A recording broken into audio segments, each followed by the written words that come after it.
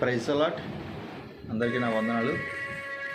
ఈరోజు అపవాది చాలా టార్గెట్ చేశారండి జనాల దగ్గర. ఎందుకంటే ప్రతి మనిషికి సమస్యలు ఉన్నాయి, సమస్యలు లేని మనిషి ఎవరు లేరు. కానీ ఆ సమస్యల నుంచి జయించే మార్గం ఏంటి అనే దానికోసం మనం ఒకసారి ఆలోచన చేయాలి. ఎందుకంటే అపవాది ఆలోచనని తెప్పించడు. వాడి పని ఏంటంటే ఎంతసేపు ఒక మనిషిని కృంగదీయాలి, పడగొట్టాలి, బాధలో ఉంచాలి, వ్యసనంలో ఉంచాలి, లేదా అనేకమైన దొంగతనాలు చేయాలి, లేదా భార్యాభర్తలు విడిపోవడం చేయాలి, లేదా భార్య తప్పుడు మార్గంలో వెళ్ళడం, లేదా భర్త తప్పుడు మార్గంలోకి వెళ్ళడం, ఇలా కుటుంబం చెదిరిపోవడం అనేది అపవాది టార్గెట్. ఆ టార్గెట్లో నువ్వు ఉన్నట్లయితే దేవుడు చెప్పబోయే మాట అది నీతోనే. అది ఏంటి అంటే, మనం శోధనలో ఉన్నప్పుడు ప్రార్థన చేయాలి అని చెప్పాడు దేవుడు. కానీ ఆ ప్రార్థన ఎలా చేయాలి అనేది కూడా దేవుడు చెప్పాడు. కానీ బైబిల్ చదువుతాం, కానీ ఆ వచనాన్ని మట్టికి మిస్ అయిపోతాం. ఆ వచనం మనకు గుర్తుంటుంది, కానీ ఆ ప్రార్థన మనం చెయ్యం కదండి. చాలామంది కూడా అలా తప్పుగా ఉండడం వల్ల వాళ్ళ జీవితంలో నెమ్మది లేకుండా అయిపోతుంది. ఎందుకంటే సాతానుడు పెట్టే టార్గెట్కి వారు సరెండర్ అయిపోతున్నారు. నువ్వు ఎప్పుడైతే దేవుడు మాటని పట్టుకొని నువ్వు సరెండర్ అవుతావో దేవునికి, అప్పుడు నీ జీవితంలో కార్యాలు చేస్తాడు. ప్రతి ఒక్కరు కూడా సాతానికి సరెండర్ అవుతున్నారు తప్ప దేవుడికి సరెండర్ అవ్వట్లేదు. అవ్వాల్సిన సమయం వచ్చింది. ఈ రోజున దేవుని ఆలోచనల్ని, దేవుని తలంపుల్ని మనం ఒక్కసారి నెమరు వేసుకోవాలి.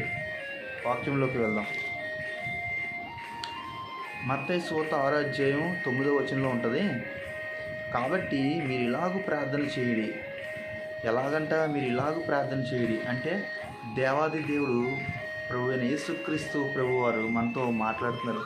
మీరు ఇలాగ ప్రార్థన చేయండి, మీరు ఇలాగే ప్రార్థన చెయ్యాలి. నీకు వచ్చిరాని ప్రార్థన అంటే ఎలా పడితే అలా ప్రార్థన కాదు, ఇలాగే అని దేవుడు బల్ల గుద్దినట్టు చెప్తున్నారు. అది ఎలాగంట ప్రార్థన? పరలోకమందున్న మా తండ్రి, నీ నామము పరిశుద్ధపరచబడును గాక, నీ రాజ్యము వచ్చును గాక, నీ చిత్తము పరలోకమందు నెరవేరినట్లు భూమి యందును నెరవేరును గాక. మా అనుదిన ఆహారం నేడు మాకు దయచేయము, మా రుణస్థులను మేము క్షమించిన ప్రకారం మా రుణములు క్షమించము, మమ్మల్ని శోధనలోనికి తేక దుష్టుడి నుంచి మమ్మల్ని తప్పించము.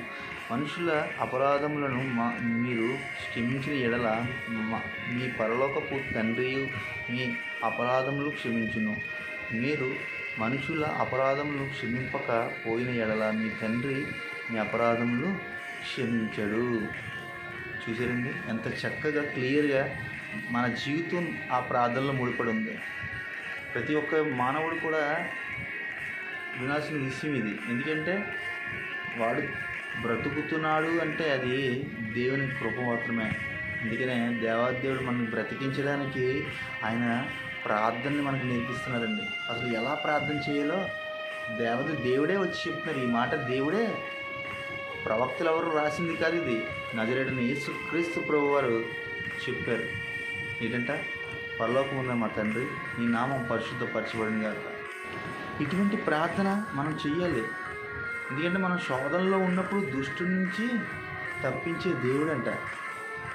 అది ఎవరంట? తండ్రి అయినా దేవుడు. నువ్వు ఎప్పుడైతే ఇటువంటి ప్రార్థన నీ జీవితంలో ఉంటుందో, ఎప్పుడైతే నీ ప్రార్థన ఇలాగ రోజు దినము కూడా ఇలాంటి ప్రార్థన నీ జీవితంలో ఉంటుందో, దేవుడు నీ జీవితంలో కంపల్సరీ కార్యం చేస్తారు. ఆయన కార్యం చేయడానికే ఈ ప్రార్థనని నీ దగ్గరికి తీసుకొని వచ్చారు. ఆయన నీ జీవితంలోకి రావడానికే మీరు ఇలాగ ప్రార్థన చేయండి అని చెప్పి ఈరోజు నీతో మాట్లాడుతున్నారు. నీ డిప్రెషన్లో ఉన్నావా? ఏదైనా మానసిక వ్యాధితో బాధపడుతున్నావా? ఏదైనా బాగు చేసే దేవుడు మన దేవుడండి. నిన్ను ఎంతైనా బాగు చేయగలడు. ఎలాంటి స్థితిలో ఉన్నా, నువ్వు అట్టడుగు స్థానంలో పాపంతో మునిగి ఉన్నా సరే, నీ కుటుంబ సభ్యులు నిన్ను దూరం పెడుతున్నా సరే, ఈ రోజున నీ ఊరిలో నీకు పరువు లేకపోయినా సరే, నిన్ను నిలబెట్టేవాడు నజరేయుడైన యేసుక్రీస్తు ప్రభు మాత్రమే. ఈరోజు నువ్వు చెప్పాల్సిన విషయం ఏంటంటే, నన్ను నిలబెట్టిన వాడు యేసుక్రీస్తు ప్రభువు మాత్రమే అని నువ్వు చెప్పాలి. అలా చెప్పేవారుగా నువ్వేం చేయాలి? మార్పు చెంది పాపాన్ని, దోషాన్ని, ప్రతీది కూడా ప్రభు సన్నిధిలో నువ్వు అప్పచెప్పాలి. ఎప్పుడైతే నువ్వు ఇలా కన్నీటి ప్రార్థన చేస్తావో, మీరు ఇలాగూ ప్రార్థన చేయండి, నేను కార్యం చేస్తానని దేవుడు వాగ్దానం చేశాడు. ఆయన ఎప్పుడు కూడా వాగ్దానాన్ని పక్కదారి పట్టలేదండి. మనమైతే ఇంకా పక్కదారి పట్టి ఉన్నాం. ఆయన మాటల్ని తుడిచి మనం ఇష్టానుసారంగా ఈరోజు జీవించామేమో, ఎంతవరకు ప్రయాసపడ్డామేమో. ఇంకా మీదట దేవుని శిలువను కాడి మూసేవారుగా మనం ఉండాలి. అందుకని ఈ యొక్క మాటలను మీరు జ్ఞాపకం మదిలో పెట్టుకోండి. నిత్యము అనుదినము కూడా ఇలాంటి ప్రార్థనలు మీరు చేయండి. నా దేవుడు కంపల్సరీ నీ జీవితంలో కార్యం చేస్తాడు. God bless you.